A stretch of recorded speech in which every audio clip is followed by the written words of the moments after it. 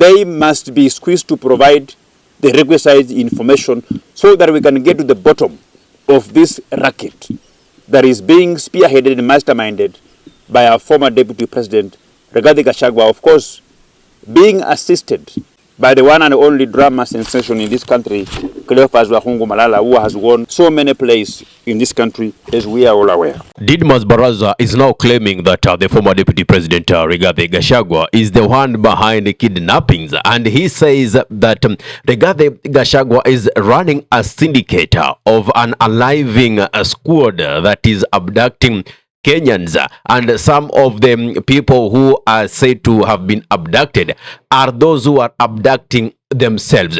So up to now, my question is, the Inspector General Douglas Kanja already said they, as the police, do not know who are abducting these Kenyans who are disappearing. But it seems like Syndicate-Barasa is now trying to counter what Rigathi Gachagua had already said earlier on, that he will soon be identifying the location. He will be naming the people who are actually behind these abductions. And just the other day, we had Gaido, who gave us a location of the cooperative building, 21st floor, and the Abel, who is actually related to William Samoei Ruto. Remember, Rigathi Gachagua, it is a senior government official who's the person they are related to by the name Abel is the one running these abduction squad. Now, seems like those who are government sympathizers in these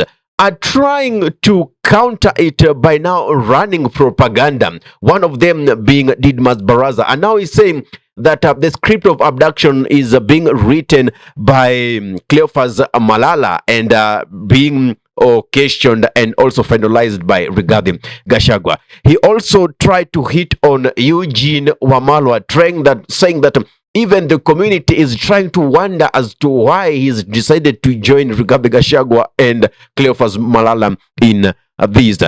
How can we believe Syndicate-Barasa? You could see all the signs that this government is doing is all about deny, deny, deny. I mean, whom did we elect in these positions? They don't seem to reason right. Listen to him as he tries to accuse Rigathi Gachagua. Our former Deputy President, Rigathi Gachagua, I want to address you, sir. We are aware that you have formed a self-kidnapping squad to paint our government in a bad light. We are aware that you are running a racket, a syndicate, especially within Nairobi and central Kenya, where you pay bloggers, not all of them, to engage in spirited campaigns, maligning names of our top leaders in our country, and then dramatically you have them arrested. That you are the architect of these kidnappings, and the script writer is our Cleophas Wahungu Malala. So I want to ask the Inspector General of Police that you have a duty to arrest those who are self-kidnapping themselves, and above all, the mastermind, the architect of those syndicates. As National Assembly, we have given the Inspector General of Police enough resources.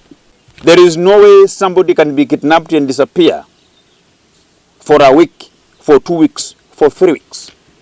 And those who are being found alive, they must be squeezed to provide the requisite information so that we can get to the bottom of this racket that is being spearheaded and masterminded by our former Deputy President, Rigathi Gachagua, of course, being assisted by the one and only drama sensation in this country, Cleophas Wahungu Malala, who has won so many plays in this country, as we are all aware.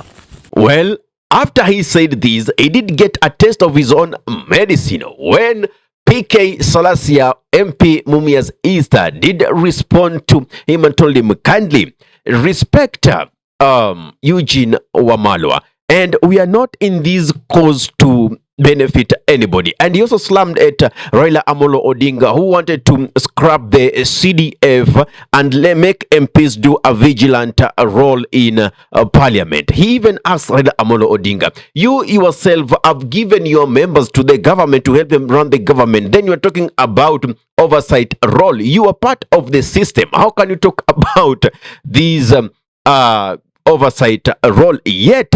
Remember, in this video, I already told you the cause or the sources from Peter K. Salasia and also Babu Owino for developing their constituencies. Actually, they are using the Constituency Development Fund, which each and every member of parliament is receiving in their constituency, but they deliberately decide not to develop or to run projects. But these two have decided to demonstrate that development can be brought to Mwananchi, and it is deliberate. So they have realized that MPs who are open-minded and are really willing to work for the people are using and utilizing CDF for their benefit. Now it's time to fight them. Can you imagine if they scrap off the CDF? Where are you going to get the bursaries to help your children? Now the government is really trying to make you poor. Why? Because when you are poor, you'll be overly dependent on the government. You'll have no voice, and that is where this Ruto's regime is taking us. PK Salasia also told the Speaker for the National Assembly, that is Moses Masika Wetangula, direct in front of his eyes, that these bills that are being brought in parliament and being rushed to be passed, people should be very vigilant with them. And he warned of the reintroduction of the Finance Bill 2024 that showed that led the country broke into demonstrations by the Gen Zs and the millennials, even the Occupy parliaments, and we saw most of them were being abducted and unalived by the killer squads placed by government. The extra-judicial killings were happening, state-sanctioned abductions were there, and they're still going on up to date. Anyway, let me not say much. Let me give you this opportunity to listen to what PK Salasia was saying. And when Barasa tried to counter him, the crowd in Kimilili, the constituency, home constituency for Barasa, told Barasa off because he was perpetrating things that are so uncouth, and just a fool could sit down and listen. And they told Barasa, hey, sit down. No, we don't want to listen to you. PK Salasia has already talked what we want. Anyway, in terms of politics, watch this PK Salasia. Nataka niwaambie, yeye walileta pamoja Raila, walikuwa na Kibaki, wakatuletea mambo ya CDF. And the main function ya CDF was to empower members of parliament so that they can be independent, now wafanyie oversight the executive without fear or of no contradiction ama whatever in the English that is saying. Ndio umeona sisi kwa wale wabunge ambao hawajaenda kanyaga kule State House, because we believe through the CDF our people can get development. Ni mimi Peter Salasia peke yangu. Na kana wale wabunge ambao walikataa kupigia ile finance bill, ile maneno ya Gachagua, ni mimi hapa. Lakini nashangaa juzi Raila anatuambia anataka CDF itoke. Na yeye alafu kwa sababu ati sisi atuwabunge tukue wa kufanya kazi ya oversight. Mimi nataka niulize watu wa ODM, mkiwa mnasema ukweli, kama kweli baba anasema na believe in mambo ya oversight, mbona aliuzia Ruto wale ODM wake members wake kwenda kule? Lazima tuambiane ukweli. So you cannot talk about the issues to do with the oversight when you are still giving your members, unawapatia una hand over kwa rais ataweza wamsaidie kupush agenda ya mambo ya shasha hapa ndio anasema hapa. Sinasema ukweli? Na yeye bado anasema hivyo, yeye ana support mambo ya Dan. Ndio tumesema mara hii sisi hatutaenda hiyo safari ya kuweka kwa mnanda na mtu mwingine. Sisi kama chama chetu, nataka niulize bwana Didmas hapa, ndugu yangu na wewe rafiki yangu sana, uheshimu huyu mheshimiwa Eugene Wamalwa kwenye uheshimu baba yake.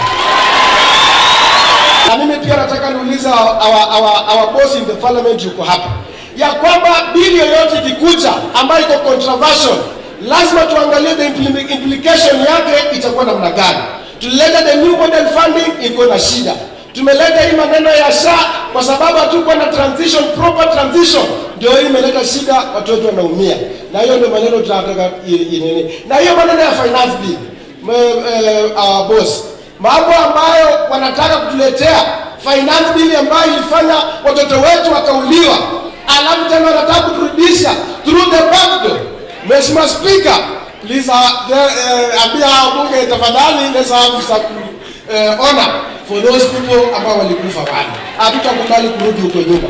Ningependa kuambia huyu ndugu yangu mdogo Peter Salasia, mimi naheshimu mjini wa Magasa, naheshimu yeye. Maswali ambayo yeye anauliza kwa watu wengine ndio maswali mimi naulizanga huyu mjini wa Magasa. Well, what's your take on all of these? Give us your comment in the comment section below, whether you're watching from our YouTube channel or our Facebook page. If you are watching from our YouTube channel, consider subscribing and press the notification button so anytime that we are live or we upload content of this nature, you'll be the very first person to be notified. If you're watching from our Facebook page, kindly follow us for regular updates. Ahmed Halif is my name for the Unscripted Talks here in Durb Radio. Assalamu alaikum wa rahmatullahi wa barakatuhu. Kwa timba kali za Afrika, Durb Radio ndio mpango mzima.